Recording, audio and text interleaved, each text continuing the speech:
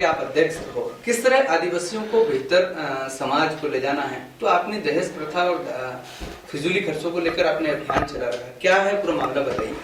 पहले तो मैं सभी भाइयों को राम राम जोहार।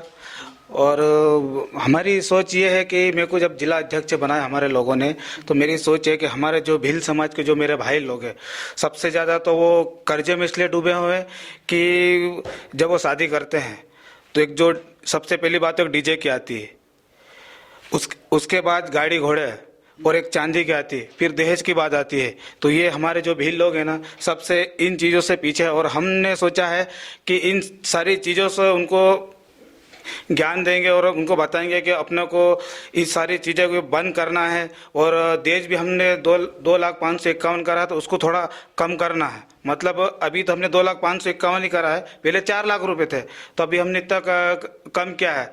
और इसके बाद क्या है कि देश का अगर कम होगा तो ऑटोमेटिक हमारे जो भील लोग हैं वो गुजरात नहीं जाएंगे।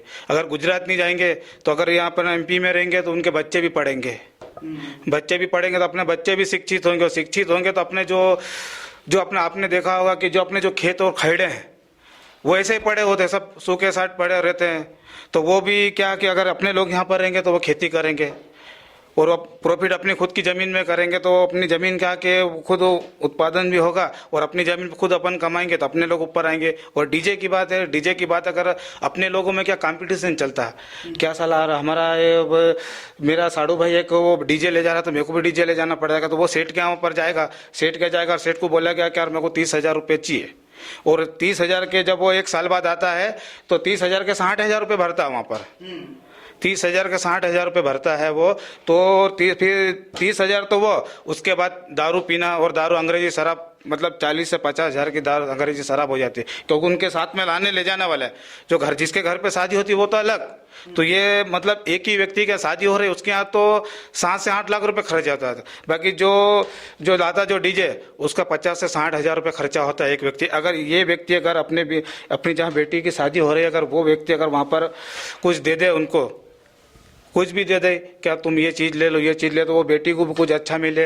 और उनके घर वाले जहाँ पे उसकी शादी होती है तो उनके घर वाले भी कहते हैं यार हमारी बहू को अच्छी चीज़ मिली है, तो वो भी क्या उन्होंने गुजरात जाने का भी नहीं सोचे वो। और हमारे में जब दहेज लेते हैं तो 3 लाख 4 लाख 5 लाख लेते हैं। और उसका अगर छोरी भाग के आ जाती है तो उसका 1 लाख रुपये दंड लेते हैं, 3-4 बकरे लेते हैं, 5-7 पेटियाँ दारू लेते हैं।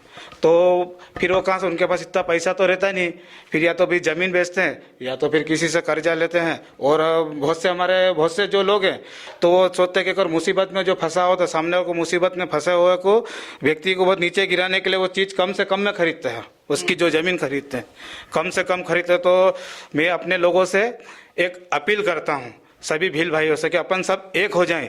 अगर ये सारी चीज़ें अगर अपन बंद कर देंगे तो अपन ऊपर आ जाएंगे। अगर ऊपर अपन आ गए तो अपने को किसी का मोहताज नहीं और किसी के तरफ देखना नहीं। अपने भील भाई सब एक दूसरे का अपन सब मिलकर सपोर्ट करें और अपन सभी को आगे बढ़ाएं। क्या नाम है आपका? मैं अलीराजपुर का जिला अध्यक्ष भील सेना का। क्या नाम है? रमेश बघेल।